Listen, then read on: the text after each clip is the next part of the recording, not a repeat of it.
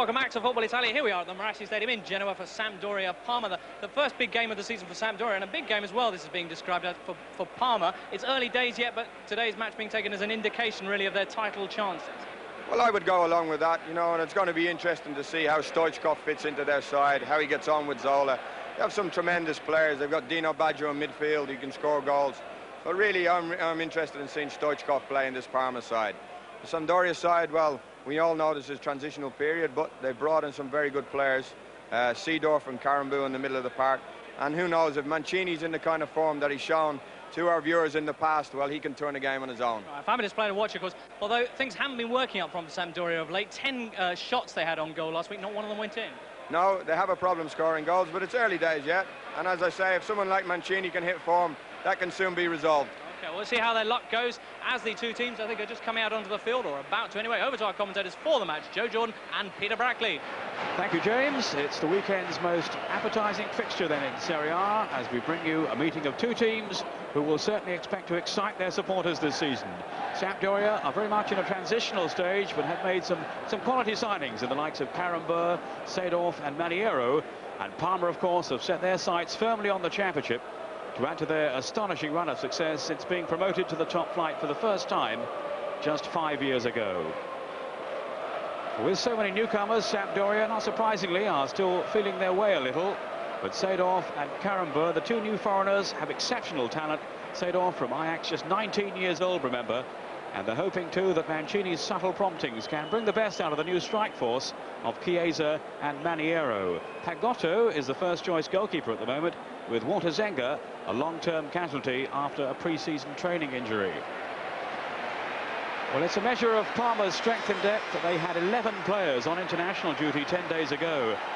The leading names in this side include, of course, Stoichkov, Zola and Benarivo, also Dino Baggio. Asprilla, the Colombian, is in dispute with the club, surprise, surprise, so he's not featuring at the moment. Sensini and Brolin, two of the other foreigners, are both on the bench. Parma starting with three up front: Zola, Melli and Stoichkov. It's a fixture that certainly entertained last season with those 9 goals from 2 matches. And with Juventus and Milan both off to a flying start in Serie A, well, these two teams will be anxious to step up their respective challenges in front of this noisy and very enthusiastic Genoa crowd. Two captains, Apolloni on the right there of Parma, and Roberto Mancini, of course, of Sampdoria. Today's referee is Piero Ceccarini, who comes from Livorno near Tuscany. Both sides unbeaten then in the league so far this season, but not all that convincing, really. Sampdoria with 2 draws from the opening league games, and Parma with a win and a draw. But arriving here, Parma, of course, on the back of a comfortable start to their European campaign in midweek. Just before the game gets underway, we understand there will be a minute's silence to be observed by the crowd following the sad deaths this week of 3 well-known figures from the Italian scene. Gunnar Nordahl, the most prolific striker in Milan's history, 210 Serie A goals for the Rossoneri. He died at the age of 72 in Sardinia this week because of illness. Deseo, the Brazilian midfielder who played in 3 World Cups and spent many years in Italy, he died in a car accident at the age of 43 in Rio.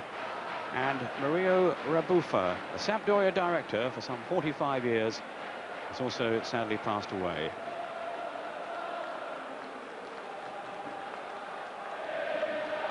Parma, of course, in the all-white strip. And here is the minute's silence.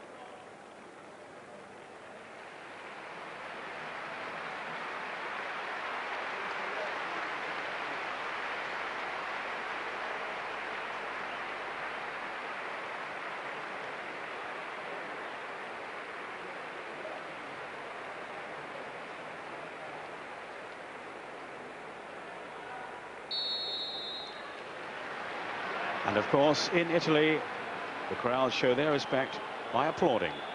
So then away we go. Parma attacking the goal to our left. And I think, Joe Jordan, we're in for an exciting game today. Good afternoon, Pierre. Yes, we have two teams that over the past years have been the main forces, along with Milan and Juventus, for the championship. We started with a tackle that I think everyone missed, even the cameraman, but I don't know, it was an introduction to Stoichkov, who I'm looking forward to. He's not injured, but I think it'll be interesting today how Stoichkov handles the Italian football, because in his previous 5 years in Spain, he's had the reputation of being sent off no fewer than 12 times. So it'll be interesting to see how he handles the defenders here. Benarivo, the player in trouble for Parma. Playing on the left-hand side. He can, of course, operate on either flank. Musi at the moment is the right back, with Di Chiara just feeling his way back after injury. Down goes Mancini, but no foul.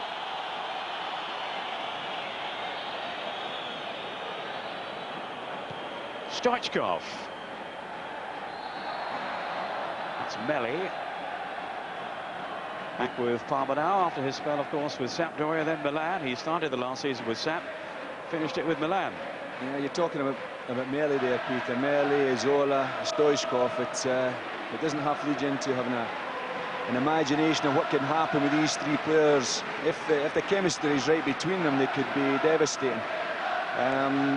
Parma last year just fell away in the championship race, and they've gone about it in a different way to Sampdoria. They've added mainly experienced players to their team, and Sampdoria really have come in and they've had a wee bit of a revolution. They've got rid of players who are coming to the latter part of their career, and they've brought in some younger players. So it'll be interesting to see how it goes in the first game here between the two teams.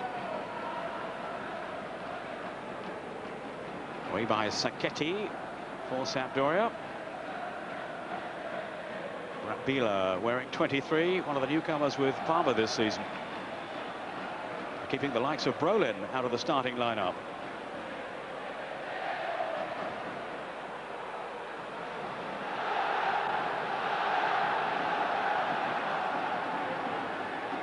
This is Balleri. He came from Padova back in the summer. Out of 3 Padova players signed by Sampdoria. 8 of last team's first team regular squad have gone. Something like £18 million raked in by the summer clear-out. So a lot of reshaping for Sampdoria to do this season under their coach Sven-Goran Eriksson. Stoichkov, volatile and controversial character, but of course the European Footballer of the Year.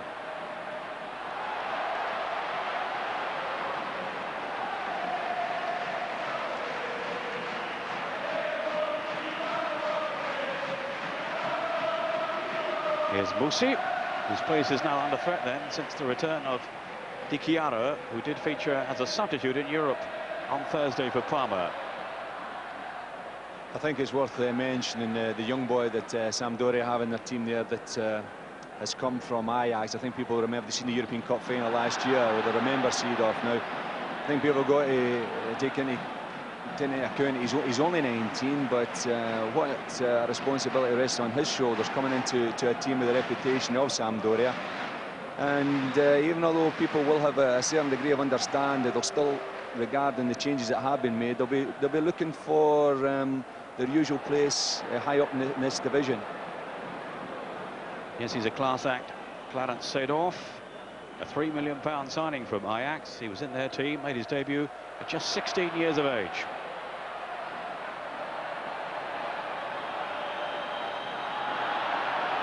But Parma now pressing strongly, with Melli trying to wriggle his way through, and almost a hint of a trip then. Melli certainly thought so, but not a word of sympathy from referee Ceccarini. A really positive run, and that looked a bit dubious, that one. Very positive. I mean, in Melli's career, his best years have been here. He had a bit of a stutter last year when he left and he went to Milan and then Sampdoria themselves, but that was a very positive run, and I've seen penalties given in the past for that. Referee Ceccarini, who took charge of the European Champions League game in midweek, which I was lucky enough to cover. Ajax against Real Madrid. Well, straight away here, Benarivo has had to go off and Di Chiara is on. So that's an early setback for Parma, but lucky enough for them, Joe, they've got a player like Di Chiara waiting on in the wings. Well, he's been a fantastic player, very positive, great with left foot, can get forward, can create chances, gets great crosses in. This is Di Chiara now, former Italian international, but outmaneuvered here by Karambeu, the man from Nantes in France. Had the chance to have played in the European Cup for Nantes, but he said, I couldn't turn down the opportunity to play in Italy.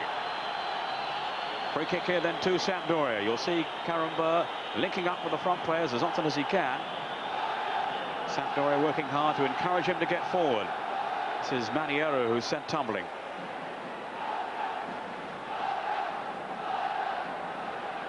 I don't think there'll be any surprise here.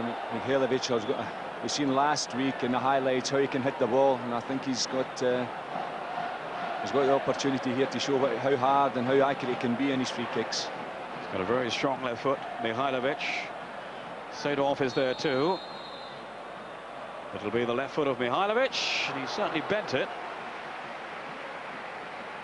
But well over the bar of Luca Pucci. Mihailovic, who has been on loan from Roma. He actually returned there briefly during the summer, but then came back to Sampdoria. Never really hit it off with Roma in his previous spell there. Here's Musi.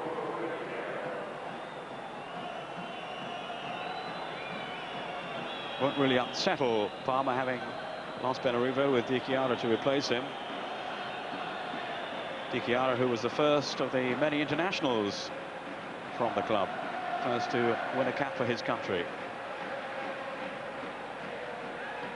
Seedorf. This is Franceschetti, another of the Padova trio. In regard to international players in the team, Peter, I think it shows you how far Parma have come in such a short period of time.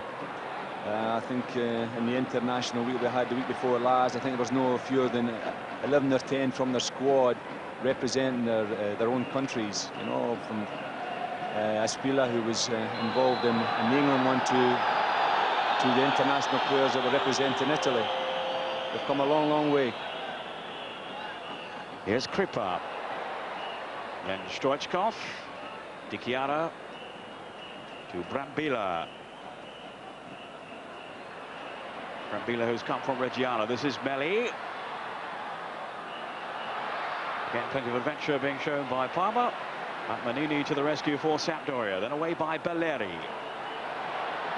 Maniero in pursuit, but Apolloni certainly the favourite to reach that one first. Apolloni, who's taken over the captaincy of Parma in the absence of the injured Minotti.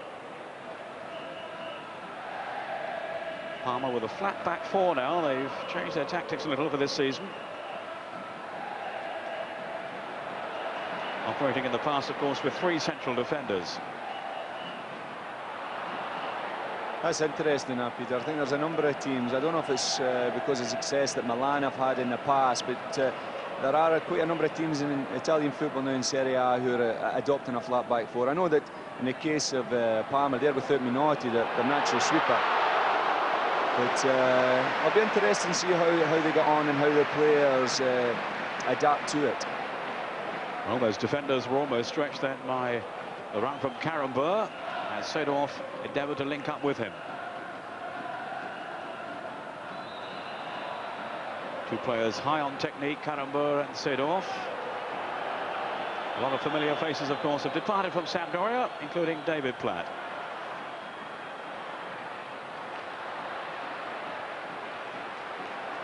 David is in the crowd today, incidentally, watching. It's Chiesa who's been caught offside. A lot resting on his shoulders this season in tandem with Maniero up front. Never quite made the breakthrough, but he's still only 20, so he's got plenty of time, Chiesa.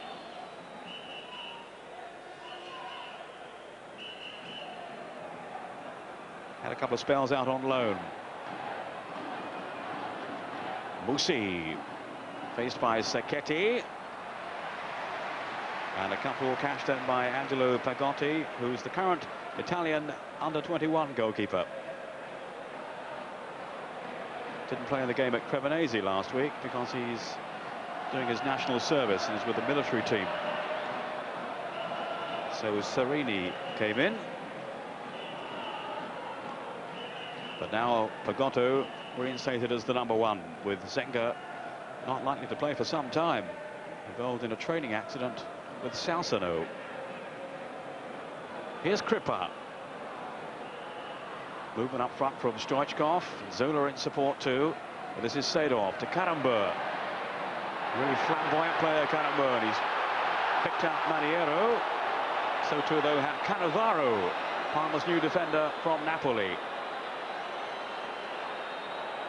I don't know if you see much of him, Joe, but he's an outstanding defender, Cannavaro. Cost £5.5 million.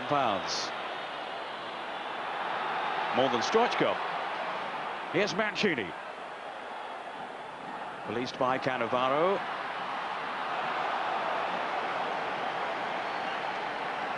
You're talking about Cannavaro and players like that. You know, I don't think it's any exaggeration. You've got to put the Italians as man markers, some of the best players in the world, and Cannavaro has been that. And it will be interesting if, for example, he has to play in a back four which is flat, and he's asked to play in a different way where he has got to pass men on and receive players, and the communication's got to be right. So it'll be interesting to see how he adapts as well to that.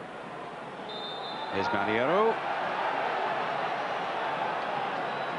Not quite sure what the referee's given here. I think it confused one or two of the players as well. Looks like an offside flag against Maniero. Here's Brambilla. Now Zola. Lovely skill by Zola, just skipping past the tackle almost nonchalantly then. Terrific stuff from Zola. It was Musi with the cross. Here's Kripa. Zola showed beautiful skills there, just continuing really where he left off last year, and he had a fantastic season for Parma, and he was instrumental there in setting up the chance for Stoichkov.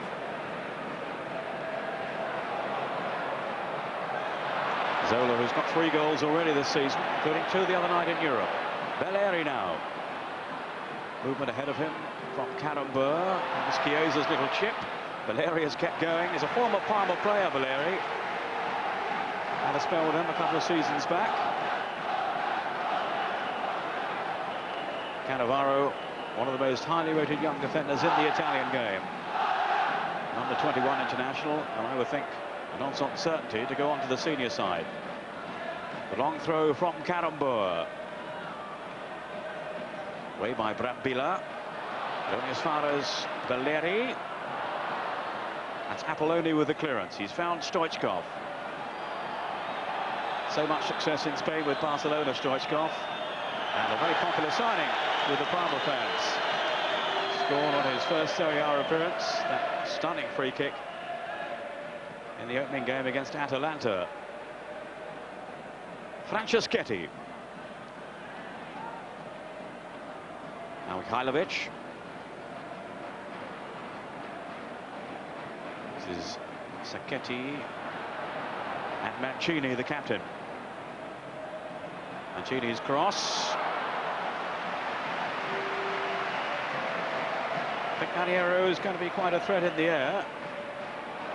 The other former Padova player.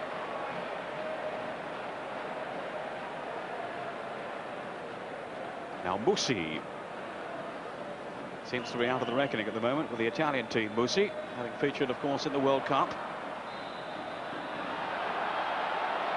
Now, the referee has blown for infringement here, right on the edge of the box against Belleri. He's looking most indignant. Well, they certainly caught him there. I mean, it's just a...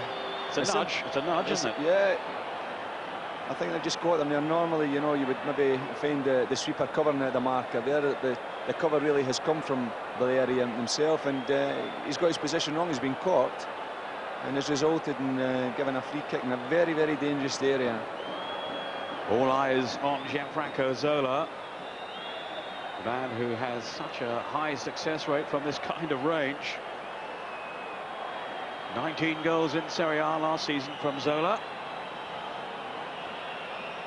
No wonder they're looking very anxious, those Sampdoria defenders. Zola, the number 10. The referee is still not happy. The wall is far enough back. I think he is now.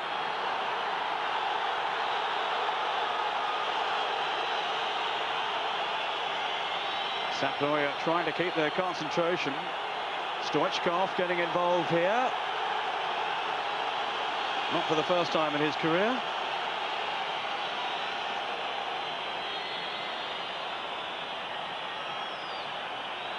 Here is Zola.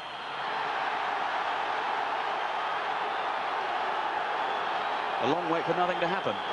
Yeah, Zola will be disappointed in that. But I mean, Stoichkov is complaining about the distance between the ball and the barrier there, and he had a bit of a case. It looked a little bit close, but big disappointment in the end. Here's Sedov. Sacchetti called in possession by Melli, and he's tugged him back. Sacchetti is going to be in trouble for that. Well, no, the referee, I think, has ruled the other way, so... Well, he's a lucky man, because if he could have got a booking for that, but he must have blown before it. Kripa to Stoichkov. Seems to have a fairly free role, Stoichkov. Here's Melli. Now Zola. This is Brambilla. Stoichkov.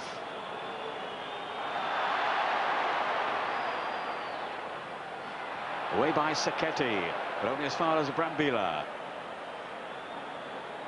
Now Musi on for Melli. Forced out by Franceschetti, but Musi's got his cross in. And flicked wide by Zola. So they've come here, Parma showing plenty of positive ideas. They haven't beaten Sampdoria away from home in Serie A. Very much the danger man in the Parma side, Zola. And seems to be now something of a fixture in the Italian team too. He's played 7 of the last 9 internationals and kept Roberto Baggio out of the team for the last game against Slovenia. Musi. This is Dino Baggio. Musi's cross.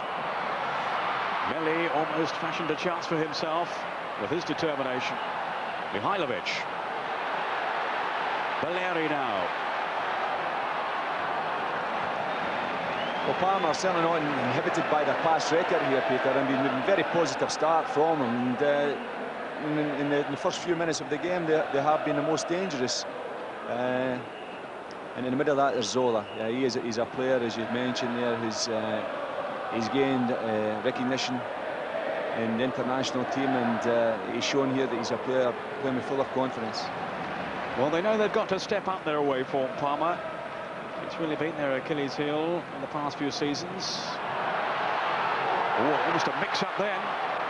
Cannavaro, rather, looking round towards his goalkeeper, Bucci. And clearly there was a breakdown in communication there. Again, Peter, it's a ball straight down the middle. As you say, communications at the centre of it. But also the fact that both these teams are playing with a back four, and this communication and understanding has got to really be sorted out over a period of time. It's not going to happen overnight, because you're asking players to play in a different system, and we know that the Italian players through their teens right up until they become professionals and play at this level, they've all played in a sweeper system. Dino Baggio on from Melli. Baggio again. Scored one of Parma's goals in their 2-1 success over Inter, his former club, last weekend. That after they'd gone a goal down. Zola striking the other goal. 2 finally executed goals they were too. But as I was saying, it is away from home that they've got to improve, Parma. They've averaged only 4 away wins in the last 5 seasons now. Approaching the halfway point in the first half, and this is Zola for Parma. Melli, who's looked very bright and sprightly in this early phase. Very much a hero in the past for Parma before his move to Genoa with Sampdoria. Looking now to re-establish himself with Parma this season. He was top scorer for 3 terms in a row with Parma. That's Brambilla, not on the same wavelength as his teammates there, though. Massimo Brambilla, who returned after a loan spell at Reggiana. He was signed by Parma from 3rd Division Monza.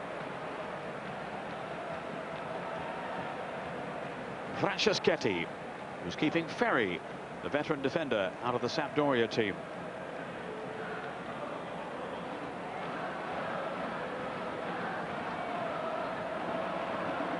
Chiesa. Seedorf. Maniero, who's got plenty of strength, but maybe showing too much of it there with Cannavaro. Sampdoria for the moment just down to 10 men with Mihailovic having gone off for some treatment. And the referee has given the free kick here. Mihailovic, I gather, has a knee injury. So here's an opportunity then for Sampdoria. Mancini, as ever, taking charge of the situation. Franceschetti has come out from the back along with Belleri. And they have the aerial strength of Karambur in there too. And it's a goal from Karambur. 21 minutes gone. His second goal, his second headed goal too, for his new club. Underlining there his prowess in the air, and he went in very bravely to flick the ball into the corner. Well, it's a delightful little chip there from Mancini. I mean, it's a terrible place to give a free kick away. And he's put it in there, the right height, with a great pace. And Karambur has got in front of his marker. And the most delicate he touches there, he's beat the goalkeeper and he's beat his marker. But I think the first one he's got to congratulate is Mancini for the ball that he's played in for him. The timing of the run is excellent. He's done extremely well there to get ahead of Dino Baggio. And in before Luca Bucci. He looks a bit like Ruud Gullit, and the great man would have been proud of that one. I don't know if you saw his other goal too earlier in the season, Joe. Well, that was a very powerful header. Well, it's a great start for him. You know, that'll settle his nerves here, not only in the game, but in his career here in Italy. Foul on Dino Baggio.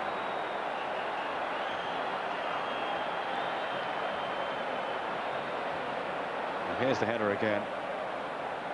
That's great anticipation from Christian Karambur. Great anticipation, but Baggio, I don't know if he's been sleeping there, or he's certainly allowed Karambur to get in front of him. And he and his manager will be disappointed in that. And here we have a similar situation, a little bit further out, but just as dangerous. I'm not making excuses for Dino Baggio, but he has been suffering from flu all week, incidentally. Now here is Stoichkov. The kind of distance for a free kick that he relishes on that excellent left foot of his. He can really curl them, Stoichkov. And he's whipped that one in, but straight at the wall. Stoichkov again, battling for it now with Seedorf. And the decision goes Sampdoria's way.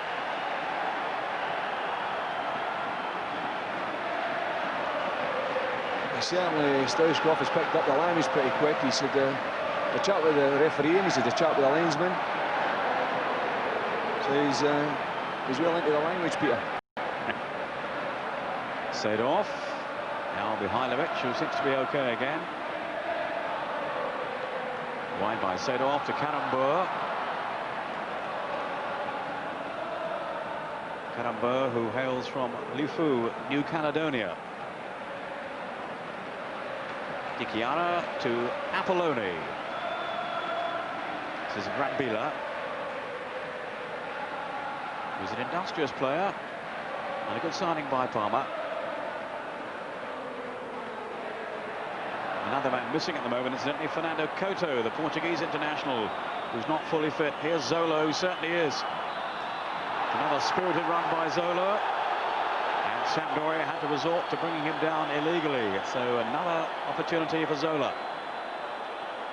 Well, maybe it'll be third time lucky for Parma. They've had two great positions so far, and this third one's as good as the previous two. And I think Zola will be looking to improve on his first effort. If they can get the 10 yards back, the wee man can certainly do damage from this position. The panic starts to spread when Zola runs at defenders in that typically jinking fashion. And here he is now then, hovering over the ball. Gianfranco Zola. But he's whipped it wide.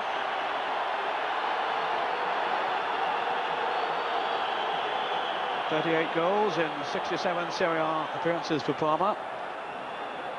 Came, of course, from Napoli. Hasn't got his range right yet. No, I think the gesture that he just showed there sums up his feelings. He is a player he expects at least to hit the target. He's a player that, fun enough, I seen year before last actually practicing. I went across to Parma and I watched him, and he takes a lot of care and attention in his training to his free kicks, and the two that he's hit so far, he'll be disappointed. It's not up to the standard that he's used to. So you've been studying free kicks from Zola. Hasn't quite rubbed off on Bristol City yet, though, Joe? Not quite. No, we've got the same habit as him. We keep hitting the wall as well. Now Mihailovic lining this one up.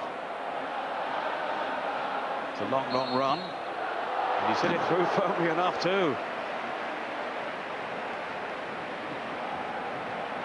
He's such a danger on free kicks, Mihailovic. Although his record really hasn't been all that impressive in terms of goals scored. Just a handful really since he arrived in Italy. Apolloni. Franceschetti waiting for Angelo Pagotto to collect. Now Sacchetti seems to be getting in a run for the Sampdoria side this season, having been out of favour for much of the last campaign. Had to wait 6 months for his first opportunity. Here he is now. Chiesa had gone the other way. Apolloni for Parma. Joint second, of course, in Serie A last season. Sampdoria having to settle for 8th place. Parma also runners-up to Juventus in the Italian Cup as well.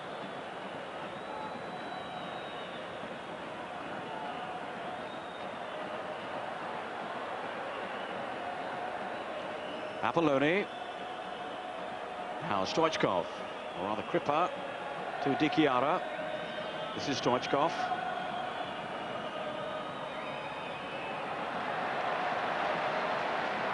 Good hustling by the experienced defender Manini. Kripa. On by Apolloni to Brambilla. Wide of him, Dino Baggio. Possession football here from Parma, but they're not creating any damage.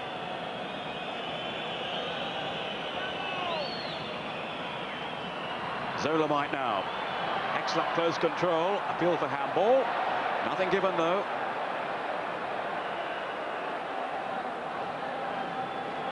Sampdoria leading by the goal from Karamba.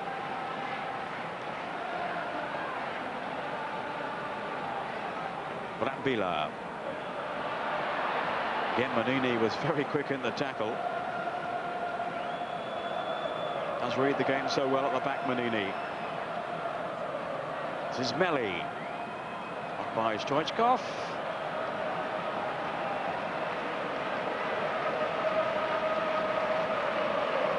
Parma with this ambitious lineup today, 3 up front.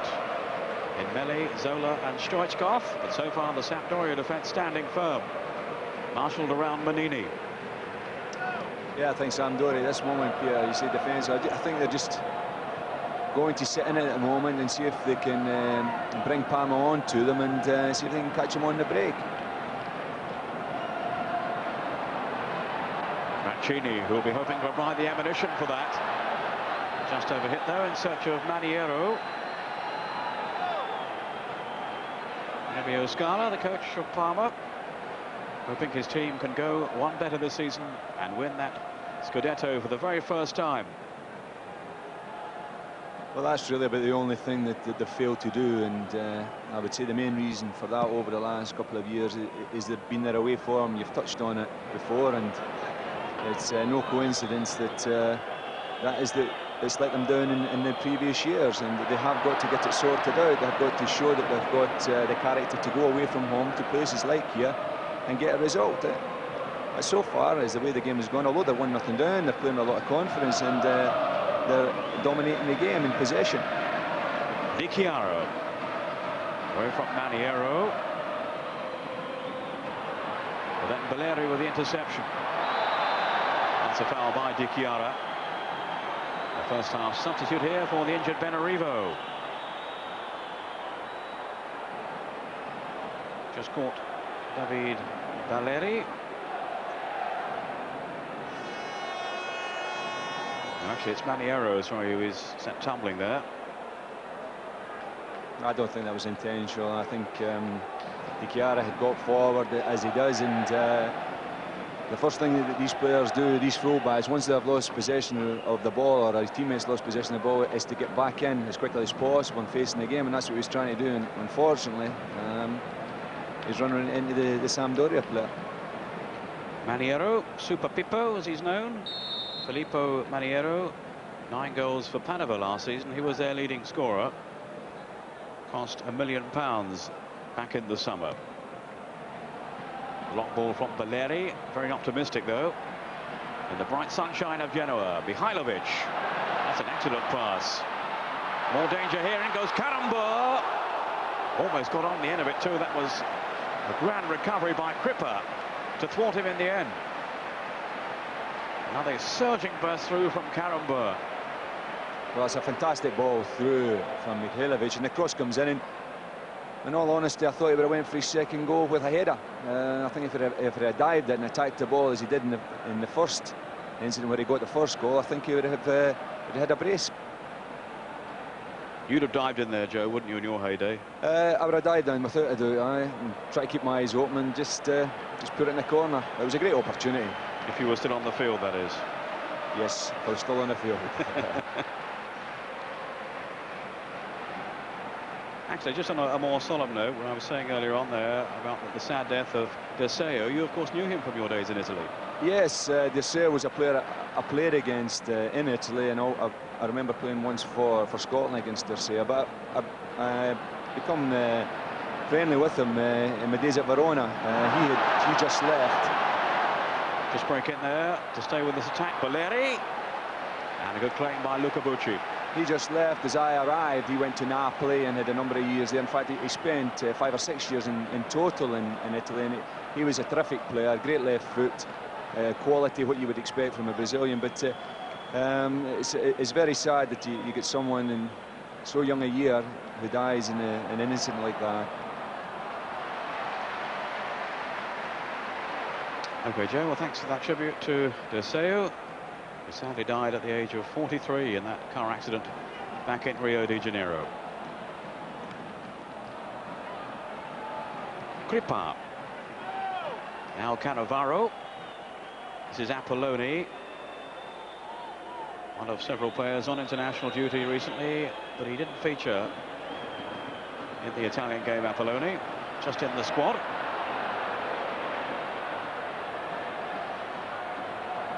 Mancini, who retired, of course, some while ago from the Italian national team. Cannavaro.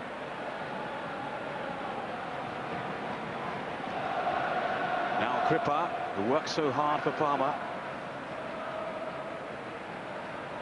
On by Stoichkov. Zola. Now linking with Brambilla. Options inside him with Zola again. Just probing delicately for an opening, Parma. This is Di Chiara. Away comes Sampdoria on the break. Not for too far. Another foul by Di Chiara. That's the second that he's committed in the matter of a couple of minutes. And not surprisingly, there's a yellow card for him. from referee Ceccherini. I don't think he'd have too many complaints about that, Joe. No, I think the referee gave him the benefit of doing it in the first one, but in that one I think it was blatant what he was trying to do. They've lost possession, he's getting back goal side, and yeah, I think the award is correct. It's very strong, this number 2 here, Valeri, former Parma player, remember. Out comes Cannavaro in determined fashion, but the danger hasn't passed. Now it has. Brambilla. Good anticipation, though. And out comes Luca Bucci. Off goes Crippa. Zola. Sampdoria with the lead, but Parma with a lot of possession, but they haven't so far turned into too many chances. Stoichkov. Now Crippa. You're talking about the chances that they've started. Parma started with 3 up front, but obviously in the way that you've seen Stoichkov collecting the ball, he's collecting it deep. It's difficult for the Sampdoria players to pick him up, but in all honesty, I think they'll be quite happy with him playing as deeply as he is at this moment in time. They'll want him to get further forward, the Parma management team, I think. He's no real danger there. He's not really imposing himself, and the ability he's got. He's a player that if he plays round about the box, he can create something out of nothing. That was Stoichkov then. Cannavaro, he's given it away. And the counter-attack could be on for Sampdoria. Chiesa, who's leading the charge. Only Mancini was upfield, though. And here's Karamba. A player with extravagant skills, and his goal divides the two teams. Good tackling by Zola initially, and then a foul by Valeri on Belli.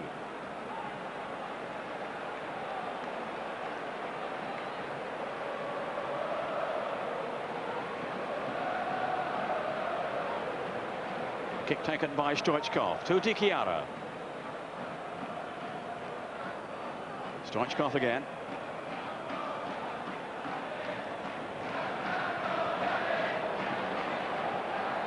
Here's Apolloni. Brambilla.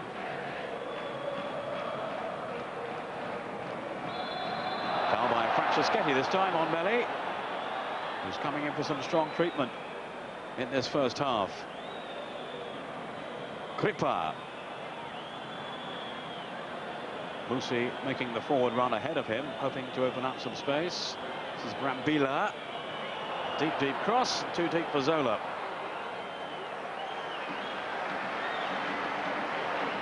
Certainly haven't hit top form so far this season, Parma.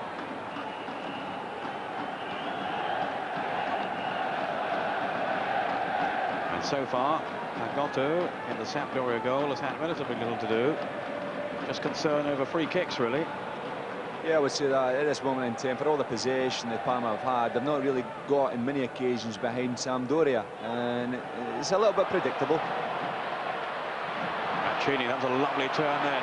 Chiesa now, looking to threaten Parma. Still Chiesa. That looked to be a blatant dive. The Parma defenders very unhappy about the antics there of Chiesa. I thought for a moment the referee was going to book it for it, but he hasn't. Oh. Definitely an Oscar. I think, as has been the case last season and this season, you either get your penalty there, or the player that has made the theatricals gets a yellow card, and I think that certainly wanted a yellow card. Well, that certainly did. Mihailovic in very late, and he has been cautioned.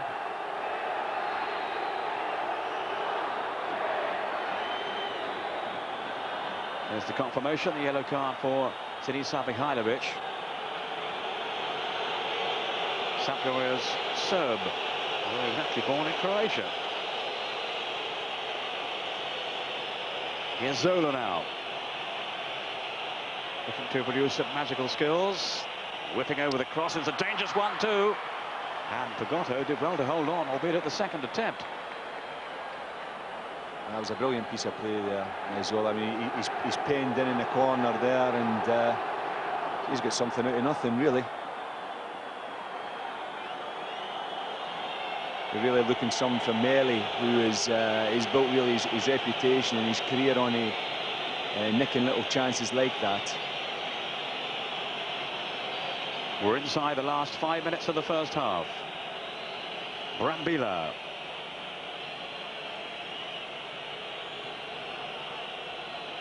Alzola.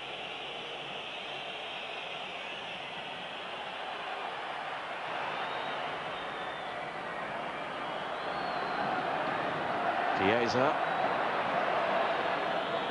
Easily dispossessed, though. Kripa. Now here's Di Chiara. Stoichkov. Quickly robbed, though, by Karamba. The break is on for Sampdoria. Hasn't got too much support at the moment. Well, the referee is going for the foul there. Must have been, I didn't see it that way. No, I think Kripa was a bit, well, not a bit, very unlucky there. He's won the ball, he's won it cleanly. Again, the guy he's made it look good, but for me, it was never a free kick. Nothing wrong with that tackle. Here's Mihailovic.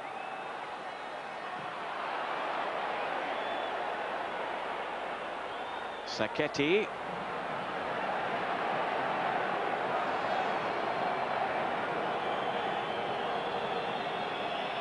Now Brambilla for Parma.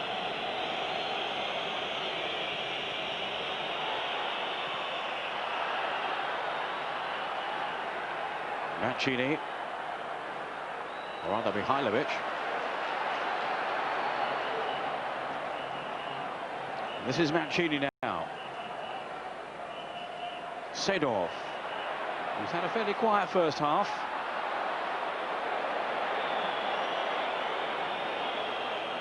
Stoichkov. Valeri, though, back in possession. Now Seedorf for Sampdoria. Very nearly an inch-perfect through pass, but the flag was up anyway, so nothing would have counted there, but good vision shown by Seedorf. He played, of course, in the final of the European Cup for Ajax against Milan, although he was substituted. Chose Sampdoria because he said he wanted the right environment. Had the choice of a whole string of clubs, Seedorf. Interest from not only the big giants in Italy, but also the likes of Barcelona and Real Madrid. It's important at Parma, and I think they've just picked up lately in the last couple of movements. Don't get frustrated and start giving the ball away. I think they've got to show patience and continue to press forward. What I've seen so far, the main criticism I could make of them is that they're not getting any width. Everything is played in front of Sampdoria, and as I say, it's relatively easy for them. Zola, who's always capable of producing something different, but not this time, and he's the first to acknowledge it.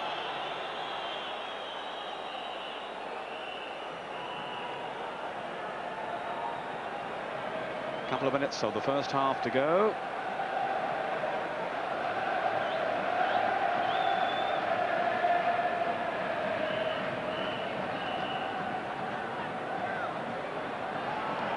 Away by Apolloni, a more direct approach this time. Sacchetti, though, is underneath it for Sampdoria.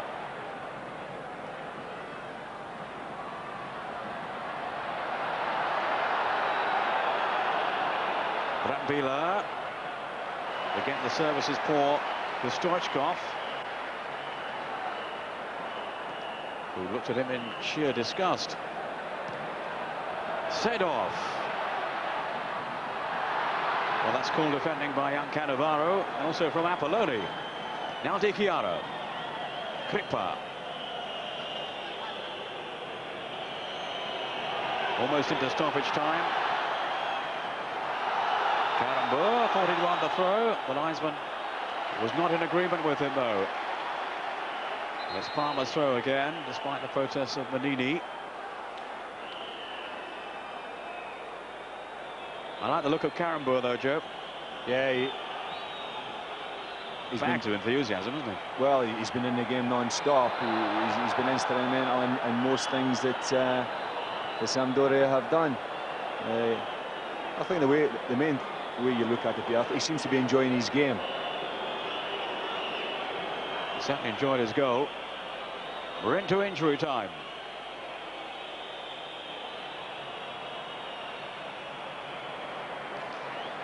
You make a comparison between Karambeu and Stoichkov. Stoichkov at the moment, he seems a little bit frustrated. He's had a number of words, not only with the linesman and the referee, but his teammates as well. He's been closed down very quickly. He's not been given any time at all.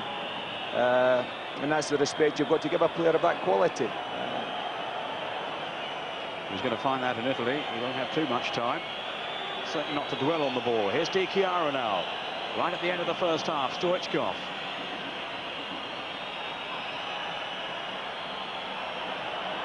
Rapila. Whacked away, though, by Manini. Cannavaro. This is Apolloni, the captain of Parma. One of the many internationals. Trying to find another one in Stoichkov, but Belleri to bring it away. He's had a good first half, Belleri. Now Karambeu. Combining with Mancini, that deft touch. Seedorf.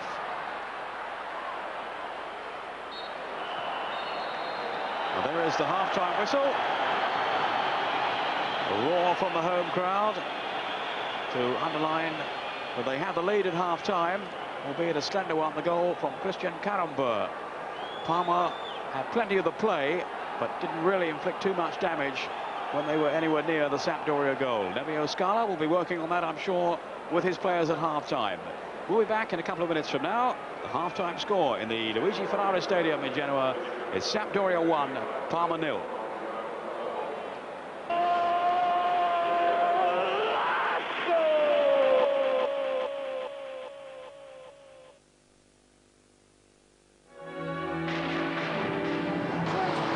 Tornado is a rapidly growing. Welcome back to Football Italia, everyone. Here we are at the Marazzi Stadium in Genoa. We've had a rip-roaring first half between Sampdoria and Parma, and the score is Sampdoria 1, Parma 0 at the moment after a goal from Karambeu. Anyway, with the teams on half-time here and across Italy, let's have a look at how the teams are doing around Serie A on this, the third week of the season. Atalanta 1, Napoli 1. The area opening the scoring up in Bergamo. Buzo answering for the Napoli team. Bari were 2-0 up over Lazio. Protti getting both goals there. Then Lazio put one back with Vinta, but they're now down to 10 men after Gottardi gets sent off for 2 yellow cards. Fiorentina 3-1 up over Cagliari right now. Baiano with the first 2 goals there, and Cagliari came back with an own goal actually by Amoruso, but now Fiorentina 3-1 up after Amoruso scored at the right end to make up for that. Inter 0-0 with Piacenza. Juventus 1-0 up over Vicenza. Vialli the scorer as ever there. Padova 1-1 with Torino. Bernardini opening the scoring there. Creek answering for Padova. Sampdoria 1-0 up over Parma with Karambeu, and Udinese and Cremonese 0-0. The evening game this week is of course Roma-Milan. The big boys Milan travelling down to the Olimpico to face Roma, a team having a bit of a disastrous time right now, but trying to get things back on track. Find out how they do in Mezzanotte on Tuesday night. Right now though, it is time for us to announce the result of our first competition of the season. You'll recall of course that it was the task to choose the best goal from last season, and the winner is this.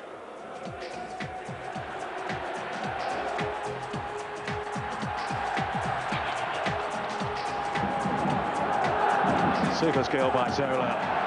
Spria deceiving Rossi. Good effort too, well saved by Zenga. In goes Zola. That was with him. Is that Spria? It's 2. Fabulous goal. Zola and Aspria tormenting Sampdoria there. And the winning contestant was Mrs. Linda Semple of Pontypool, who gets a trip for 2 to Italy with, of course, 2 tickets to a top Italian game thrown in. Well done to you, Mrs. Semple. Right, with that out of the way, time now to move on to our best goals of last week. And Ken. Last Sunday was a good one for the title favourites. In Piacenza, Gianluca Vialli bagged the brace as last season's Serie A champions robbed to an easy victory at the home of last season's Serie B champions.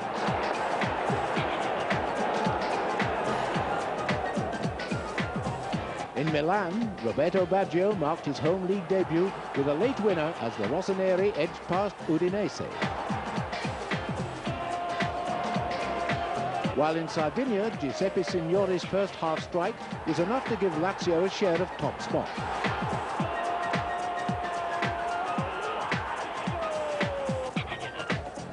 Meanwhile, Lazio's city rivals, Roma, clashed at home against newly promoted Atalanta.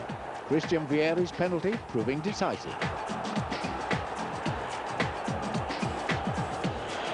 And there was another shock as Fiorentina lost at newly promoted Vicenza, thanks to Maurizio Rossi's second half strike.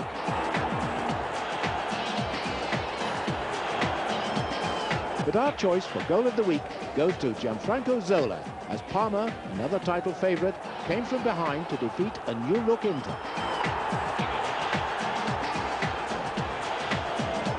Can Zola inspire his team to another victory today?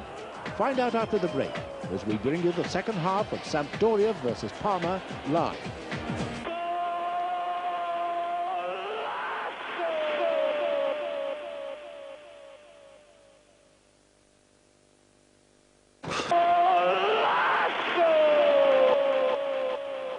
Welcome back to Football Italia, getting ready for the second half of Sampdoria Parma. Now it's 1-0 at the moment, Liam, and so far Carambeau's really the player who's impressed. Well, he's impressed by the fact that he scored a very good goal, a great ball in from Mancini, and he's also had a very good chance to put Sampdoria further ahead from another cross from Mancini. But in all, Parma have been disappointing. They haven't had a shot on goal. Even the free kicks around the edge of the box, they haven't hit the target. Not enough players going past people.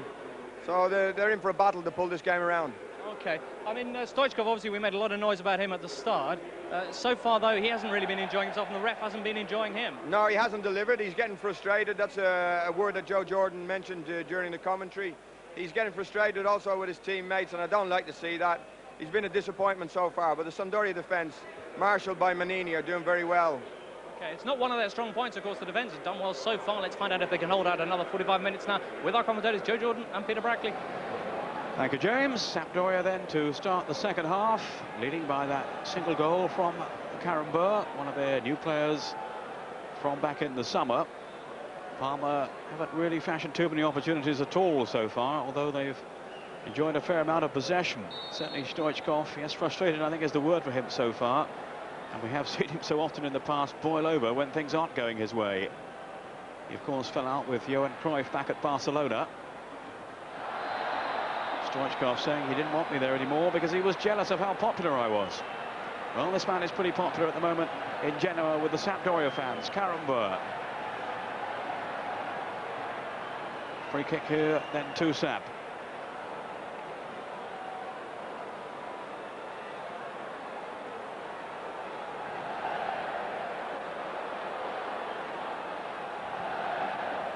Mihailovic to take the kick.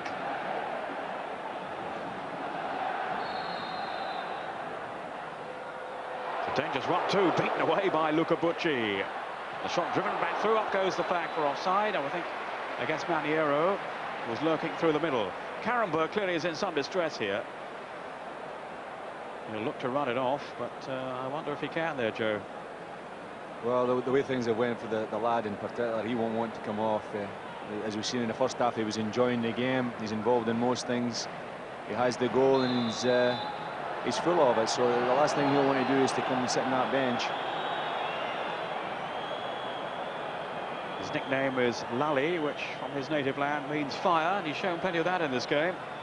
£3 million he cost Carambeau from Nantes.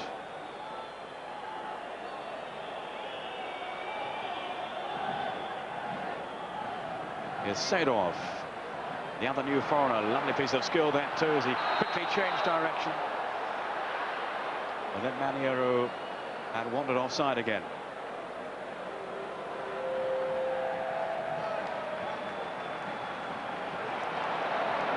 It started the second half, Peter. Parma, for the 45 minutes that remained, they have certainly got to show a wee bit more imagination. They did in the first 45. They had enough possession, but really lacked ideas, lacked any imagination to get round the back of them, to break down the Sampdoria defence, who, as Liam says, were well marshalled.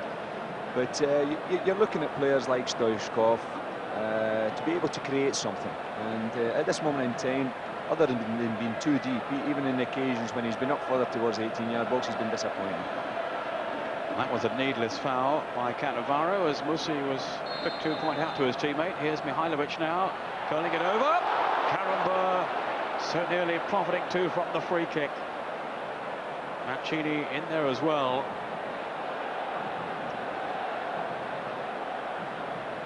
So an escape for Parma. This is Melli. Simply outnumbered though.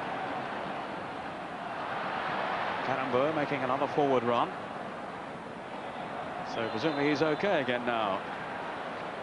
Tackling there with Di Chiara. His agent says he's the highest paid Frenchman in the Italian league since Platini. Karamba, not sure what the figures are, but he's signed a 3-year contract.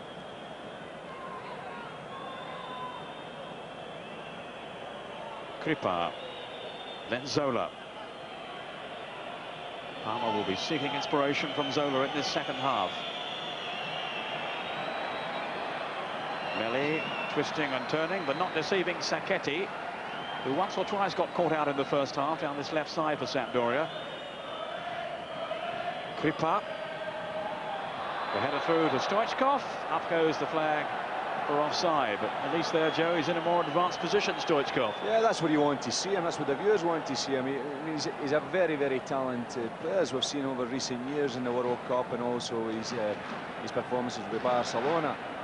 But when he plays deep in the middle of the park, I think it's very predictable. And Sampdoria, they'll handle that. They'll handle that all day.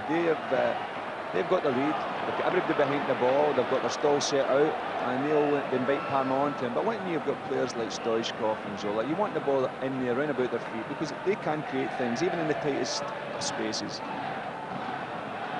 Such an accomplished goal scorer, of course, Stoichkov, joint leading scorer at the World Cup last year, 6 goals, along with Oleg Selekko of Russia.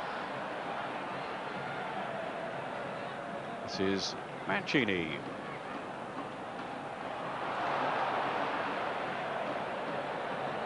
Zola.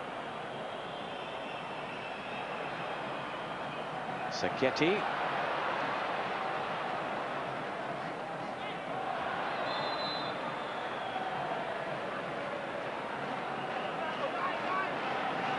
Just hearing that Bari have now extended their lead at home to Lazio, 3-1 now, and Totti has completed his hat-trick. 2 goals in the first half.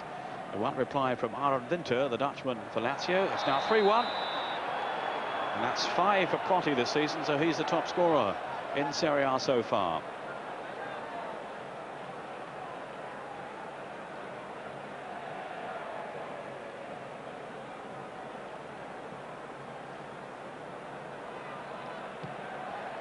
Mihailovic.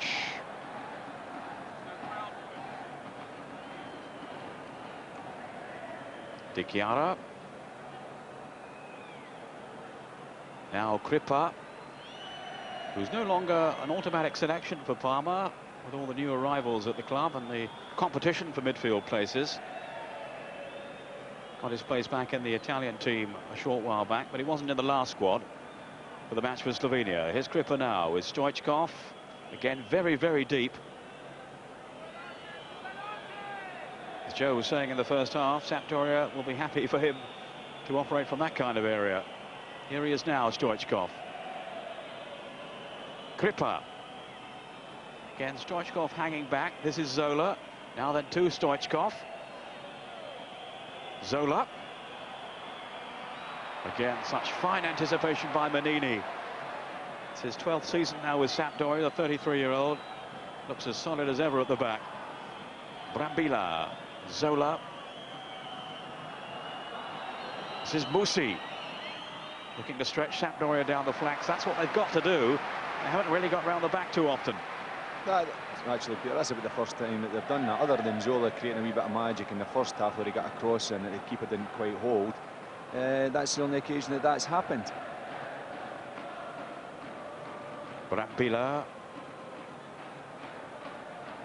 Here's Cannavaro. 22 earlier this week, Cannavaro. His first Serie A start, remember, today for Parma. On by Stoichkov.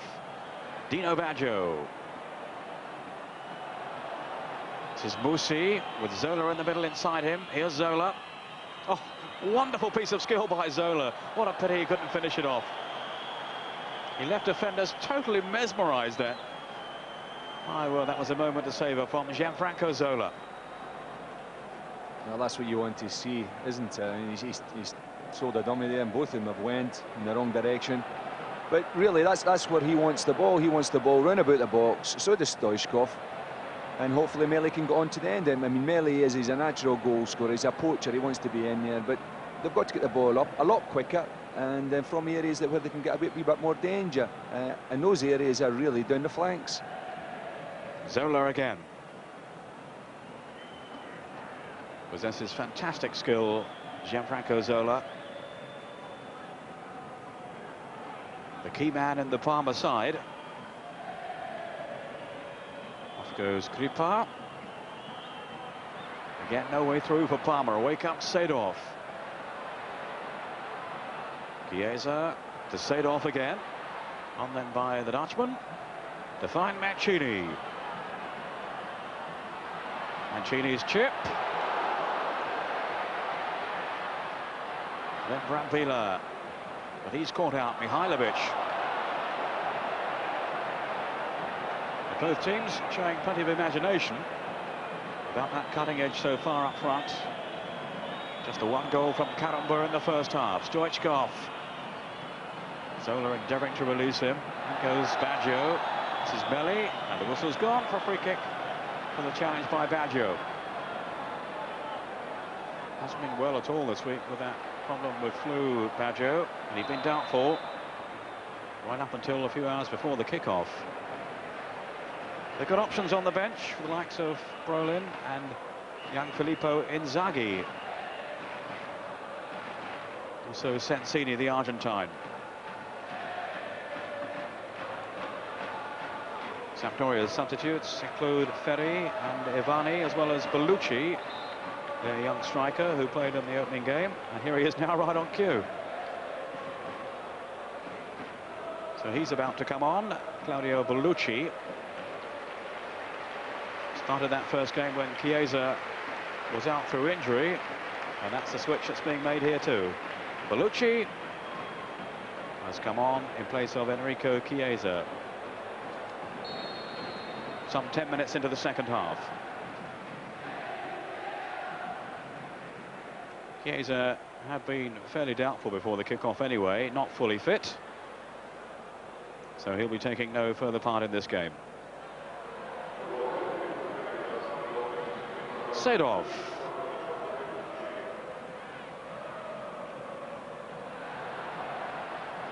Karamba looked to be held back by Apolloni, and that's a tremendous save by Luca Bucci.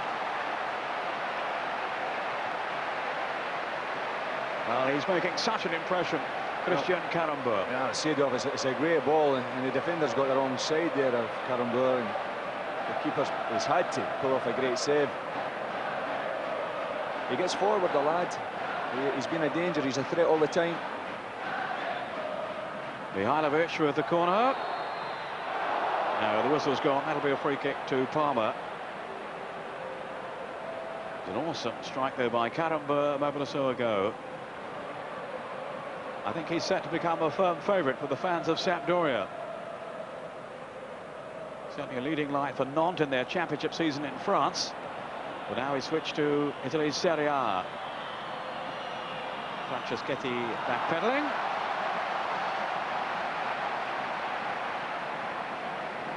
It's now 3-2 Bari against Lazio, and Casiraghi, the Italian international striker, has got that second goal for Lazio, so that's quite a game going on there in Bari.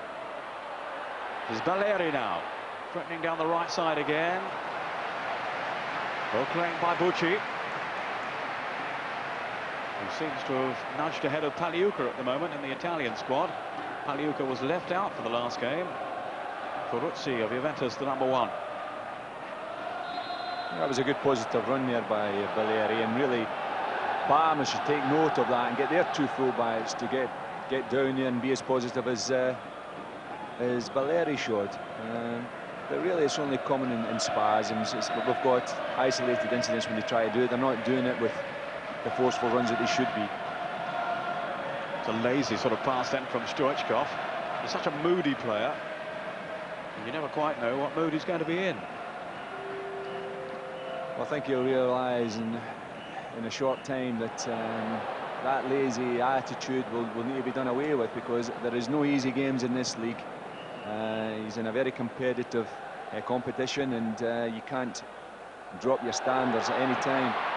Maniero surrounded by Parma defenders, and there's Clarence Seedorf.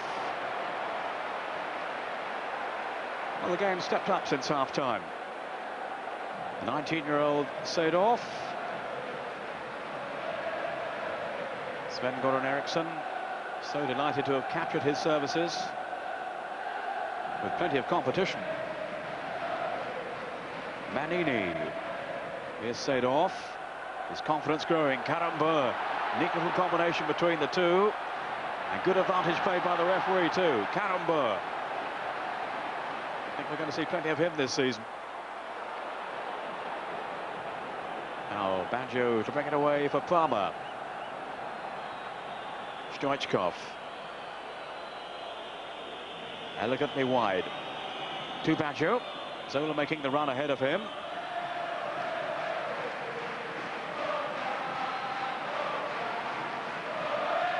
Franceschetti, who normally plays as a sweeper, but he's got a role in a flat back four with Sampdoria for the moment anyway. Mihailovic with his right foot too. Off goes Mancini.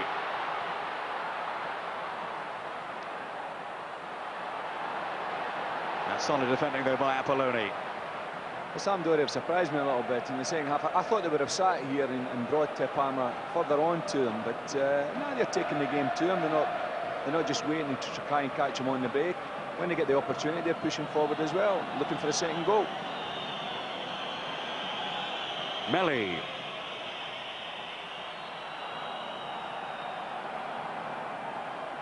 Zola's after it. But Manini comfortably there first. And Mancini losing out. Franceschetti.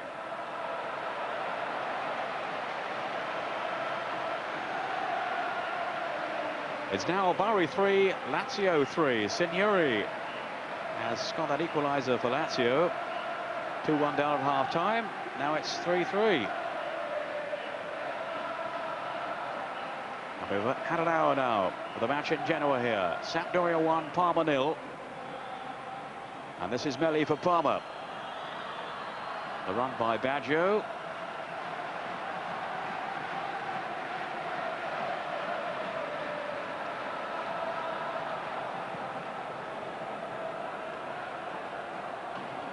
Di Chiara underneath this one. Kripa. And Stoichkov, and now Di Chiara. Stoichkov started his career as a sweeper. I think he seems to want to play there today at times. We've got to get him further forward, surely, Joe. Yeah, I don't understand it. He must be playing there under instructions, because he's played virtually the whole game. It's not just a little period. And I can't see him being a threat. Away by Cannavaro. Not very tidily. But he found Baggio. There's Franceschetti. Time here from Cannavaro, who looks to be settling in well at the back for Parma. Oh, dreadful pass by Apolloni of all people. Bellucci. Well, it's gone unpunished. Karambur away to his left, looking rather dejected that Bellucci chose to strike at goal, but an amazing lapse of concentration by Apolloni. Seedorf, well, that's neatly done. Mancini. Some glorious attacking play then from Sampdoria, and they can't quite finish it off. No, I see Kripa there giving Apolloni and some of the other lads a bollock in there. I mean, that's twice in what? In 30 seconds that they've got slack. I can't believe, and it's not often you see defenders in the Italian league giving passes like that outside their 18-yard box, and it could be costly. A second goal and the game's over. An Italian word there from Joe Jordan that I didn't recognise. Here's Mihailovic with the corner.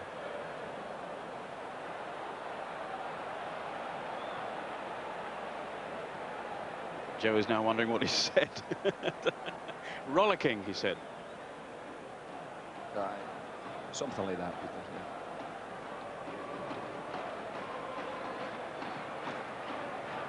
Use of a goal for Udinese against Cremonese. Bierhoff has scored. Udinese 1, Cremonese 0. Still 3-3 in Bari. Juventus a goal up at home to Vicenza. Vialli on 21 minutes. And of course Milan playing tonight away to Roma. That should be some game in the Olympic Stadium. Mihailovic with the free kick. You can of course see highlights of Roma Milan in Mezzanotte on Channel 4 on Tuesday night. Melli, purposeful run. Did well then, Melli. Pity for him that Baggio had pulled the other way, really. But I think Nevio Scala has stoked them up at half-time. He now wants to bring on Sensini.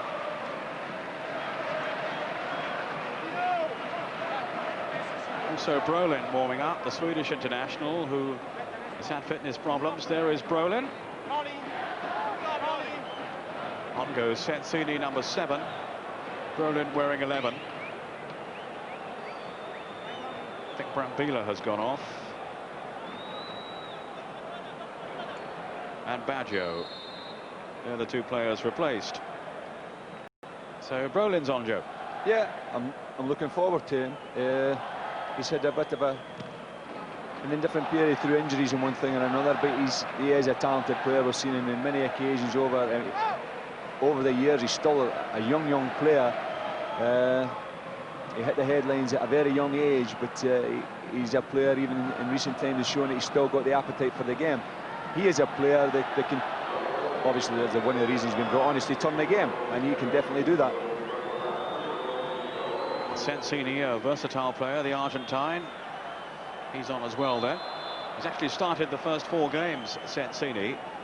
So it was the first one he was left out for today. Brolin has featured occasionally. No doubt he's a very talented player, a goal scorer, although he seems to play a lot deeper these days. No, we certainly don't need that today. we want him to get up front. You've got Sensini on there. He's a very aggressive player. And obviously that's the reason why Scala's asked him to come on, just to put a wee bit more bite into the team. They just seem to be getting laxed and getting untidy with their passing. And he naturally wants to get the game lifted to a different pace. They've got nothing to lose now. The way that things are going, they've got to really change the pattern of the game.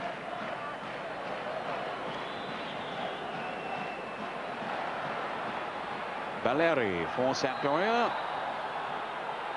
Somewhat brusquely brushed aside though by Gripper. I've been impressed with him though, Valeri.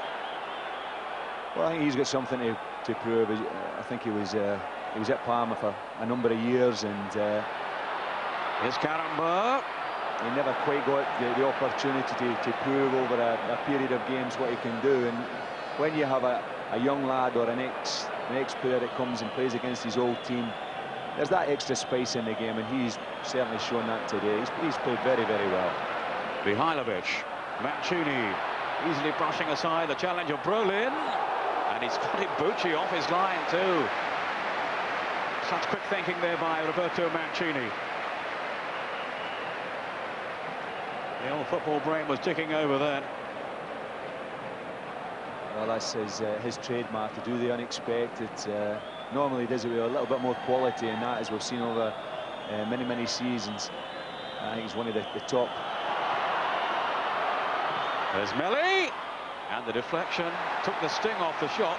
I thought for a moment it had also wrong-footed the goalkeeper there, Angelo Pagotto. You were just saying there about Mancini. He is, of course, the most prolific goal scorer in Sampdoria's history. Here he's threatening again now, but to no avail. Away comes Cannavaro.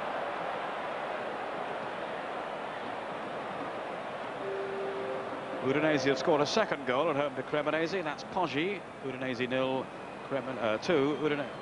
Cremonese 0. Udinese 2, Cremonese 0. Musi.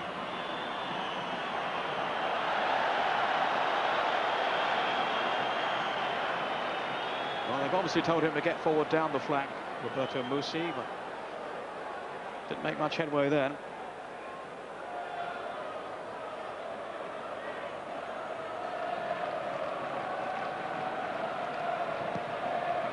Cracking atmosphere in the Luigi Ferrara Stadium. Sampdoria just with the edge thanks to the goal from Karamba, who's made a very exciting start to his Serie A career. Here's Sensini, who's been around for a few seasons now, playing of course for Udinese before his switch to Parma. Brolin. Now Stoichkov. Sensini ahead of him. This is Musi. Now Sensini. Stoichkov again faced by this packed Sampdoria defence. Can they break them down? Not that way. An indignant Stoichkov appeals in vain towards the referee. He was having none of it. Good climb by Mancini, but nothing to trouble Luca Bucci. Zola. Now Kripa to Brolin. And surely the arrival of Brolin will give Stoichkov more license to get forward. That's Melli! Off the bar! It goes Zola. Now Musi! What an escape then for Sampdoria. It was a chilling shot by Melli. Very unlucky to see it come back off the woodwork. Well, it's a cracking piece of action there. Not only did it hit the bar, but the rebound, once it comes off the bar, and the direct shot from here, I know it's hit the chap, but it looked as if it was going straight in as well.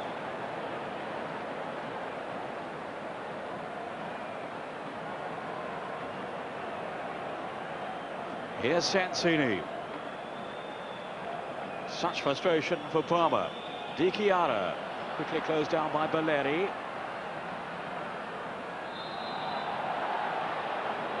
I think that's out of play. Alessandro Melli then, the closest to a goal for Parma so far in this match. Back with the club after one season away.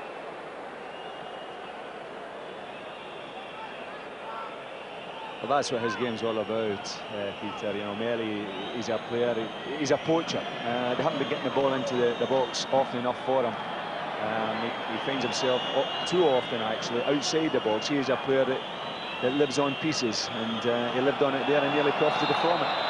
Well, he's in the box now, but it won't matter because the flag's up for offside. Thomas Brolin, who of course had to fight his way back from serious injury to reclaim his place in the Parma squad.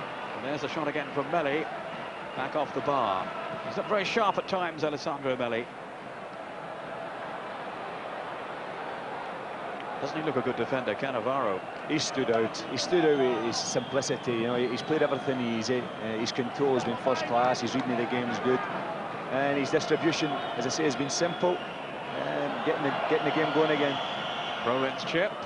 Nevio Scala wanting more urgency from his team. They've got to show it now in this second half. Well, off again goes Karamba. A rare mistake by him. Got carried away for a moment. That's Zola's pass. It's too long for Stoichkov. He appeals to the heavens.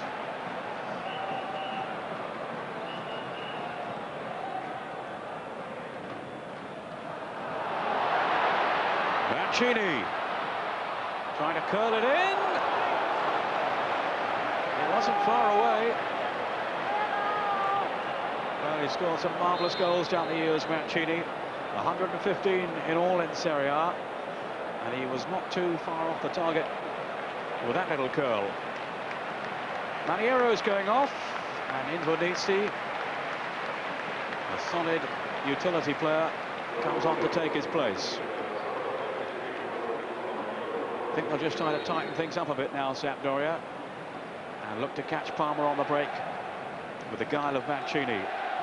And he is showing there with his right foot what he intends to do, but with the accuracy that he has, I don't think it would have given the goalkeeper any chance if it had been on target. But that is Mancini for you, you know. He does it so often, not only one season. Every season he scores goals of real top quality. He frustrates you sometimes. He looks arrogant, not also arrogant against the officials, but also his players. But he is a player with undoubted class.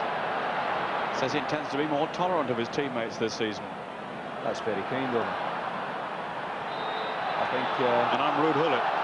Yeah, well, I think he's got to, because what he has, as I said at the beginning of the game, there's changes here at Sampdoria. They've introduced a lot of young players, and these young players are coming, and they don't want to be intimidated by someone like Mancini. He's a captain, he's a leader, and really he's got to show a lot of understanding to these young boys. And if they've got to benefit from his experience, they've got to blossom. Di Chiara with the run. Sensini. And the last thing we want, Peter, is to have someone who they respect and have looked up to be giving them real criticism, when maybe an arm around the shoulder and a quiet word after the game would be more beneficial to them.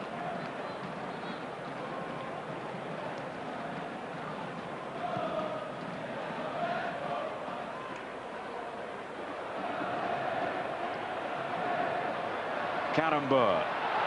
They're onside here. Bellucci and Karambur. Well, how on earth did he get forward that quickly? Tremendous run by Karambur, and there he is on the finish of that well-placed cross from Bellucci. 2 goals for Sampdoria and 2 for Karambur. 74 minutes. Well, the goal is certainly, it summed up Karambur's game, really. He's full of it. He's made runs. He's been positive. He wants to win. He's played a beautiful ball out there, and his first thoughts is to get in that box. It's a great ball. He stayed onside, and who's there to finish it off? And that really shows you what he's given the whole game. Is a will to win. He doesn't want to be second. And he's thoroughly deserved both goals. The amount of ground he covered then, Christian Karambur.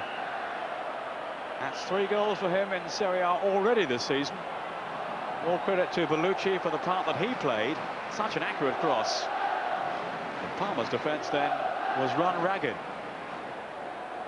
Sometimes you'll get a midfield player who'll just play the ball and watch it and let the move develop. But this lad here, he wants to go into the end of things as well. And that's where he's going to make his name. It's very, very hard to stop a person like that.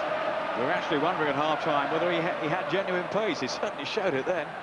Well, pace and also strength, physical strength and mental strength. You know, as soon as the pass is made, he wants to score the goal.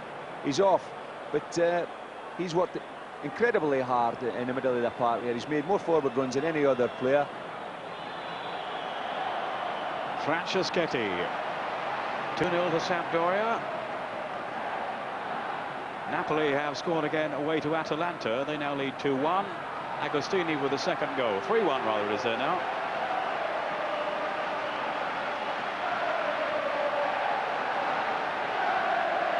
Well, this will be a great confidence booster for a team like this that's been changed, and these young lads have come in and they're playing in front of their home fans for maybe the first or the second occasion, and you need to get them behind you, and they certainly have done that today. They've got a great rapport, and they can certainly build on that. Berlin. Stoichkov. Here's Sensini. Tripped by Mihailovic on Kripa. Left a forlorn and rather dejected figure, Kripa. He certainly toiled away for Parma this afternoon, but they've had no reward. Kripa again. Now Sensini. Rolled through to Melli. No one on the same wavelength, though, with a white shirt on.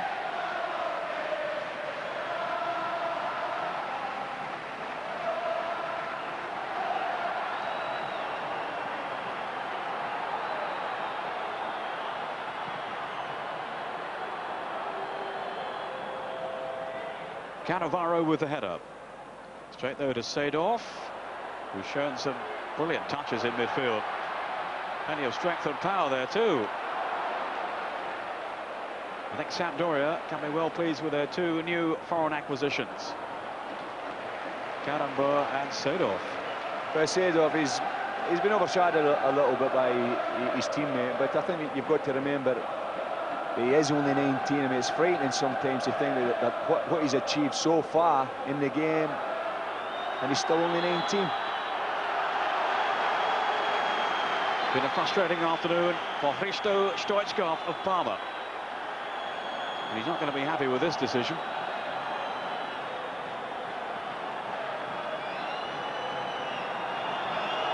I think he's trying to rustle up some support from the linesman. Now come on, Hristo, calm it down. You can see the old eyes starting to go. Oh well, he's accepted it anyway, I think.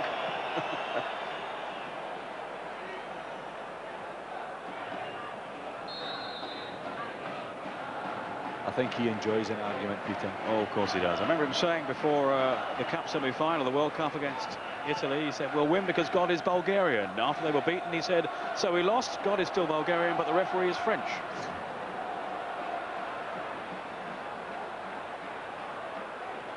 Invernizzi. Now Kripa. Out comes Franceschetti. Generally pretty solid at the back, Sampdoria. Even though, of course, they've lost Vierkovod this season. Now with Juventus, although he's out for a while because of injury. Juventus at home to Vicenza, remember, and Vialli's goal may well be enough for them. It's the only one so far. Di Chiara, Sensini.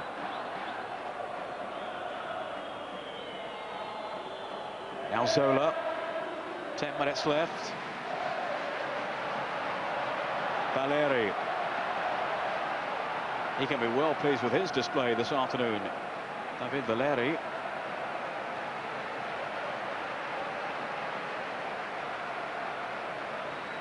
Cannavaro. Brolin. Wanting some movement ahead of him. He's been caught out by Mihailovic. Out comes Bucci to the rescue. He looks static and a bit clumsy then, Brolin. I think Peter, that Parma have looked exactly that. They've stuttered through the game. There's been no fluency in their approach to the Sampdoria defence. It's been too slow in the build-up, a bit predictable, no width, and really they've got what they deserve, which is nothing so far. Karamba can't get through there. Yes, we've seen glimpses of the genius of Zola, but no more than that, really. And apart from the effort from Melli, which hit the crossbar, I can't think of too many other genuine chances that they've created. No, they haven't. The game has always been in front of Sampdoria. They've coped with it quite easily. It's been predictable. We went through it before of the lack of width, but also the pass. I mean, they are a short passing team. There, in the example there, it's been intercepted quite easily, and now they're away and they've caught them on the break. Seedorf, Mancini ahead of him, support too from Invernizzi.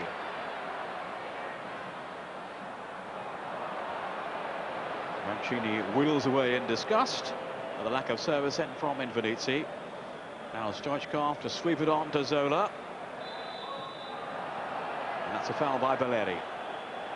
And what Sampdoria have been doing very well as well is when they have made the break or where they have lost possession, they've got behind the ball. They've made it very difficult. I mean, it's not been easy for Parma.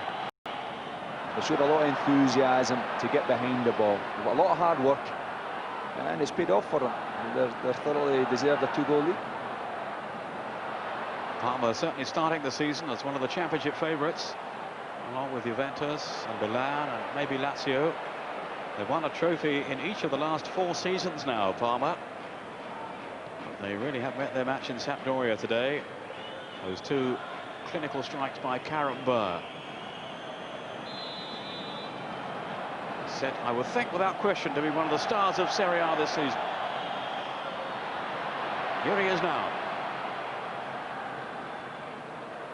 Mancini on for Bellucci.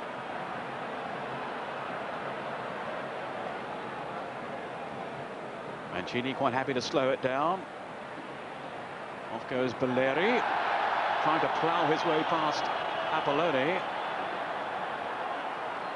And referee Ceccherini has given the free kick. Well, he's continually caused them problems, Belleri, by just being positive, by being direct, trying to get to the dead ball line, and there we have another free kick, and Mikhailovic is due one, Peter. 7 minutes to go. Mihailovic will bend this one in.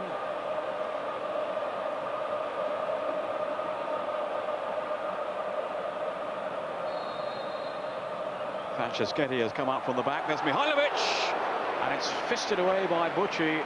Such was the pace on the shot, he could take no chances with that, and opted just to punch it out.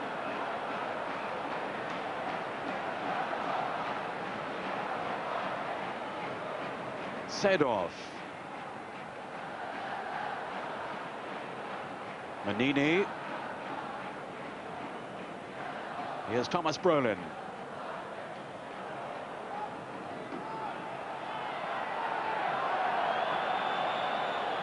Little flick by Belly. Not too much, though, that Brolin could do with that. Doesn't really look match fit, does he, Brolin? No, certainly it looks as if he needs the games. But overall, I think that a little bit of credit has got to go to Sampdoria. They've closed people down very quickly, not giving them any time at all on the ball, and made it hard for Parma. And they've got as close as they possibly can to the person on the ball, and everyone else is back to their teammate up. Sensini. Touched off by Stoichkov. Now Kripa.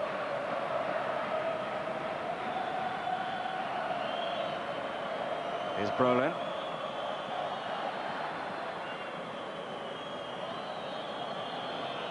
Sensini has made his way forward. Melli now.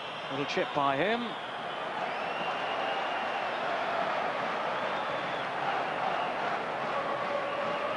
Well, I think he's looked sharp, Melli.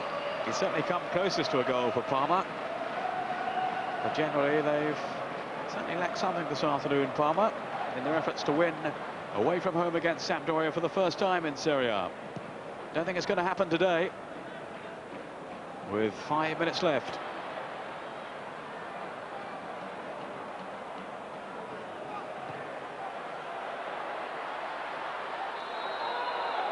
Mancini was unhappy then with the tackle by Apolloni, who allowed his frustration to show.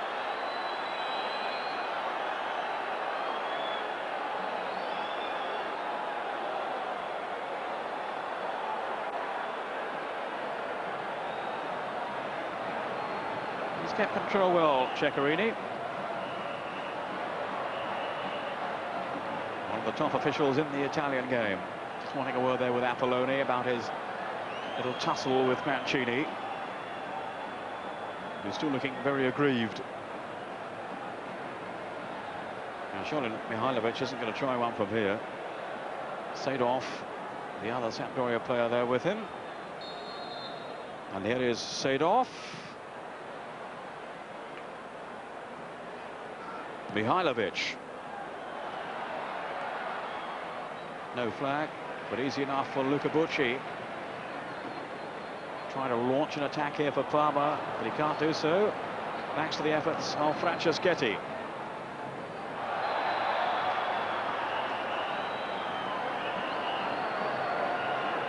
Belleri, who clearly is a tough customer. And I would think an inspired signing by Sven-Goran Eriksson. Can remember for 2 million from Padova. Sedov, who cost a bit more than that from Ajax. Invonizzi, now Mihailovic.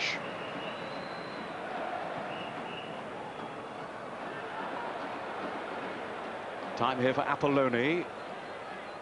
Zola, now Stoichkov. Off goes Carambo, though, on the counter-attack for Sampdoria. Valeri again in support outside him. Little nick through, and it's another one. Bellucci. It's 3 for Sampdoria. Claudio Bellucci, the man, remember, who struck goals against Arsenal in the Cup Winners' Cup last season.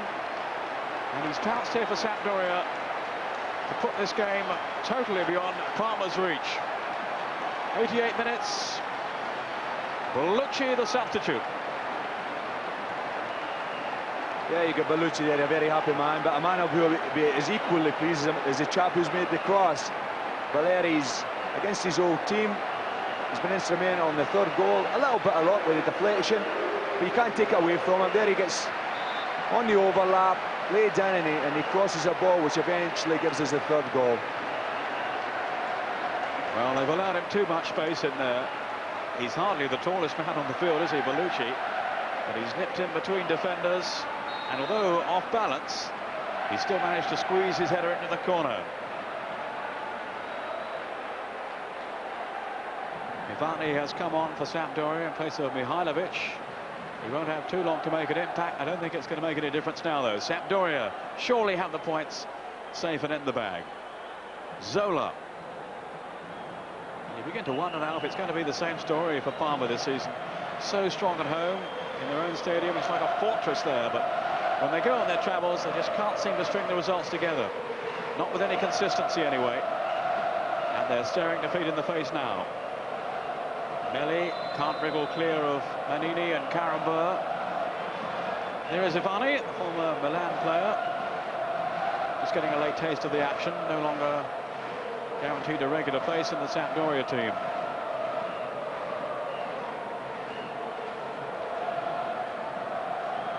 Looks as if Seedorf has a problem. Limping away somewhat gingerly. Here's Stoichkov seeking a consolation for Parma. And it would be no more than that. They've been outmaneuvered this afternoon by Sampdoria.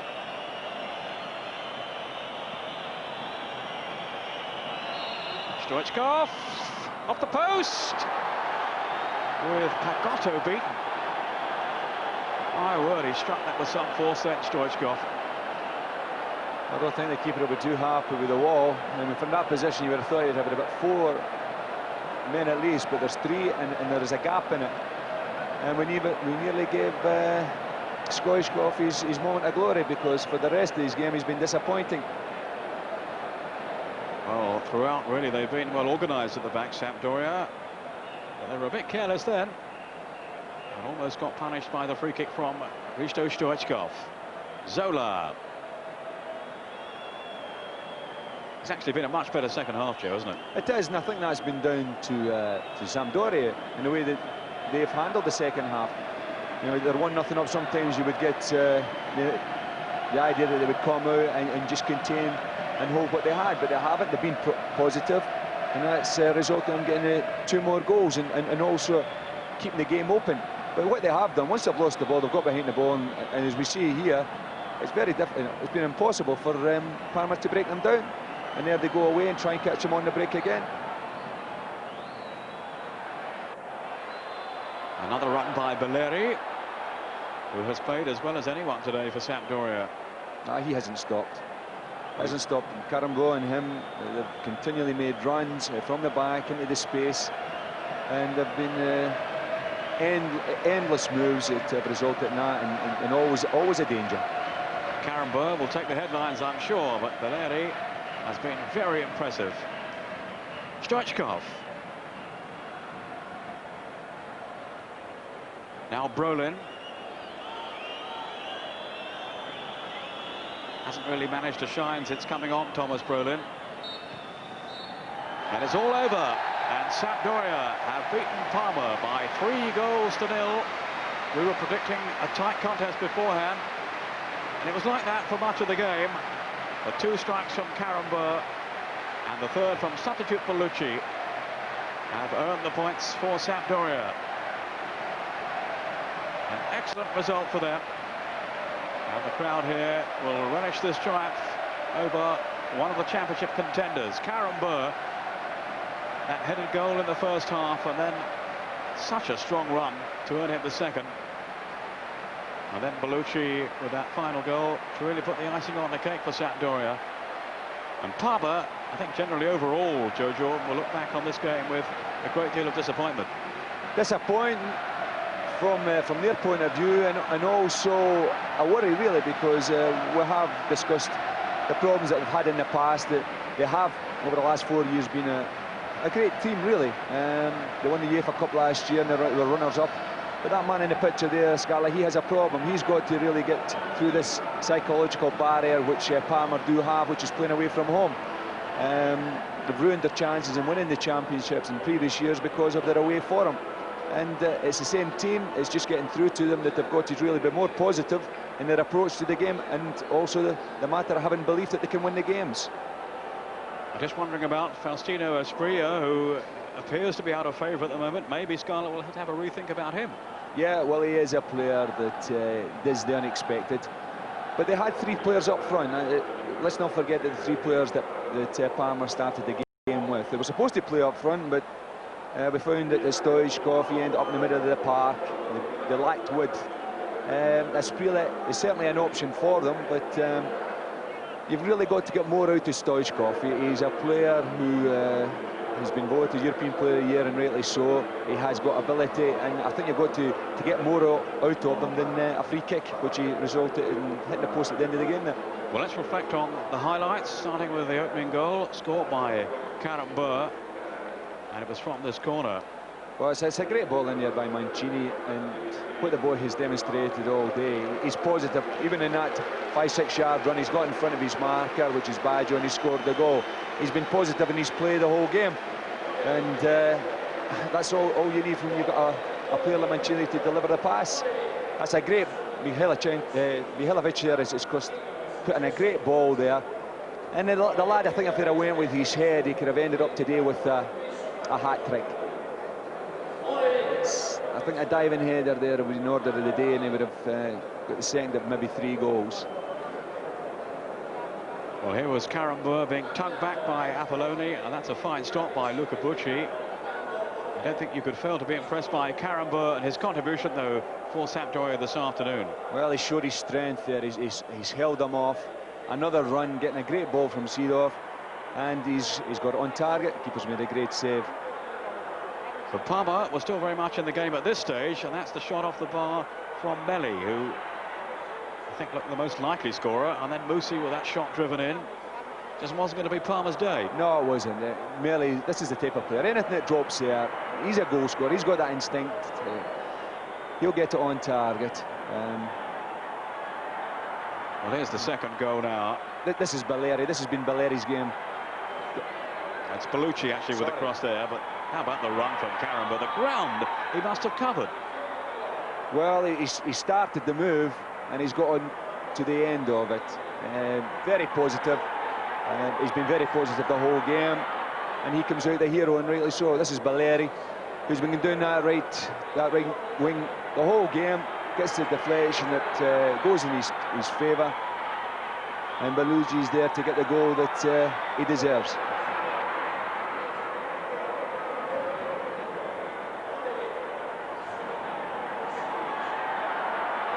So Bellucci putting a seal on the victory for Sampdoria.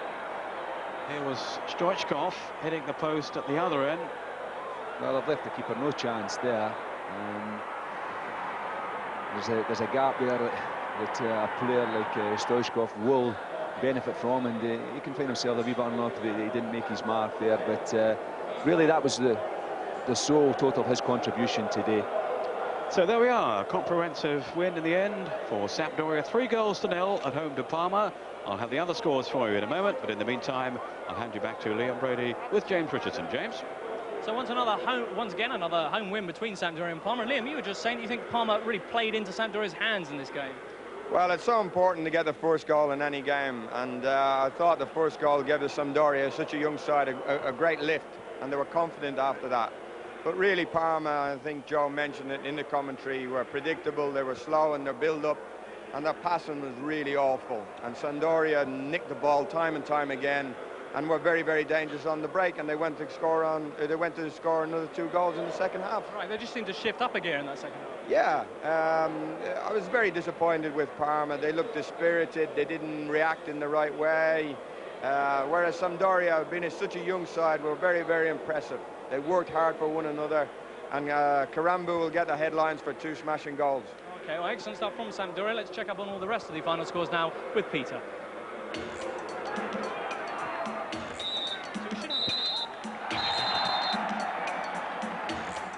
So here we are then. Atalanta have been beaten at home 3-1 by Napoli. Busso, Imbriani and Agostini for Napoli. Atalanta's goal after only 2 minutes was from Vieri. 3 in 3 games for him. Bari 3, Lazio 3. Quite a game in Bari. Proti with a hat-trick. That's 5 for him this season. He only got 7 in the last campaign. Vinter, Casiraghi and Signori with a penalty. Replying for Lazio, Gottardi was sent off.